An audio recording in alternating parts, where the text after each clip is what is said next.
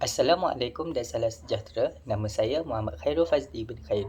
Memegang nombor matrik BA21100452. Tajuk jurnal yang dipilih ialah Hakisan Muara dan Pantai Kuala Kemaman, Terengganu.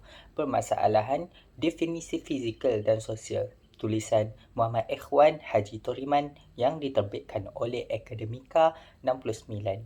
Artikel ini merupakan kajian saintifik dan empirikal yang terhadap masalah hakisan pantai di Kuala Kemaman, Terengganu. Artikel ini bertujuan untuk mengenal pasti dan menganalisis faktor fizikal dan sosial yang menyumbang kepada hakisan dan untuk mencadangkan beberapa penyelesaian dan cadangan untuk mengurangkan masalah tersebut. Dalam artikel tersebut, terdapat 3 idea yang dibincangkan dalam artikel tersebut, iaitu dimensi fizikal, dimensi sosial dan penyelesaian serta cadangan. Dimensi fizikal, masalah hakisan pantai yang melibatkan geomorfologi, hidrologi, pemandapan dan guna tanah kawasan kajian tersebut. Artikel ini telah menerangkan bagaimana proses semula jadi dan yang disebabkan oleh manusia seperti pasang surut, ombak, arus, ribut, banjir, tebus guna tanah dan pelombongan pasir telah menyebabkan hakisan pantai dan muara sungai di Kuala Kemaman.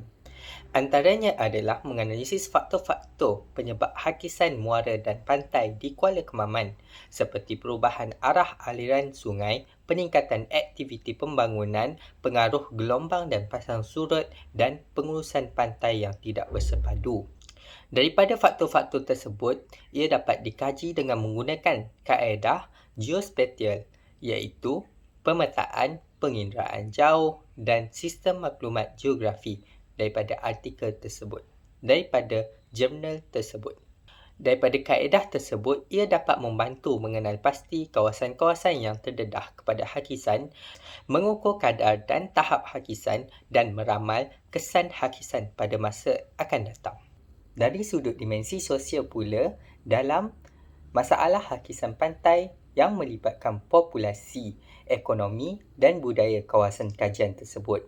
Artikel tersebut menerangkan bagaimana hakisan telah menjejaskan kehidupan dan kesejahteraan masyarakat setempat seperti nelayan, petani, peniaga dan pelancong. Artikel ini juga turut mengkaji persepsi sikap dan tindak balas masyarakat setempat terhadap masalah hakisan pantai tersebut serta masyarakat setempat dan pihak berkuasa terhadap masalah hakisan pantai yang berlaku di Kuala Kemaman. Selain itu, artikel ini turut mengkaji kesan hakisan muara dan pantai di Kuala Kemaman terhadap komuniti nelayan yang terdapat di sepanjang pinggir pantai tersebut, yang memberi kesan kepada mereka dengan kehilangan tempat tinggal, tapak rumah, peralatan bot dan sumber pendapatan mereka. Ia dikaji dengan menggunakan kaedah kualitatif seperti temu bual, soal selidik dan pemerhatian dengan bagi membantu memahami persepsi, sikap dan pengalaman komuniti nelayan di kawasan pinggir pantai tersebut mengenai masalah hakisan serta dapat menilai tahap kepuasan, kesejahteraan dan kualiti hidup mereka sepanjang berlakunya masalah hakisan tersebut di Kuala Kemaman. Selain itu, artikel ini turut menilai peranan dan keberkesanan agensi-agensi kerajaan dan bukan kerajaan dalam menguruskan isu hakisan muara dan pantai di Kuala Kemaman seperti Jabatan Pengairan dan Saliran JPS, Jabatan Perikanan, Majlis Daerah Kemaman, Universiti Kebangsaan Malaysia UKM dan Persatuan Nelayan. Antaranya ialah menguruskan isu hakisan muara dan pantai di Kuala Kemaman dengan menggunakan kaedah penilaian program seperti logik model, indikator, kinerja dan analisis kos dan manfaat.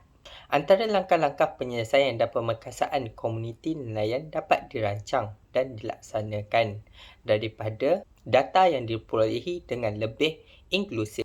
Kaedah ini dapat membantu mengenal pasti matlamat aktiviti dan impak program yang dilaksanakan oleh agensi-agensi tersebut serta dapat menentukan tahap pencapaian, kekuatan dan cabaran program-program yang dilaksanakan tersebut, iaitu bagi membolehkan penambahbaikan dan penyelarasan program-program hakisan muara dan pantai dapat dirancang dan dilaksanakan dengan lebih holistik dan bersepadu. Langkah-langkah ini termasuklah meningkatkan kerjasama dan komunikasi antara agensi-agensi kerajaan dan bukan kerajaan, mengambil kira keperluan dan kepentingan pelbagai pihak dan menyediakan mekanisme pemantauan dan penyeliaan yang berterusan dan telus. Penyelesaian dan cadangan untuk masalah hakisan pantai di Kuala Kemaman yang melibatkan aspek fizikal dan sosial pengurusan dan pembangunan pantai tersebut telah dibincangkan dalam artikel ini.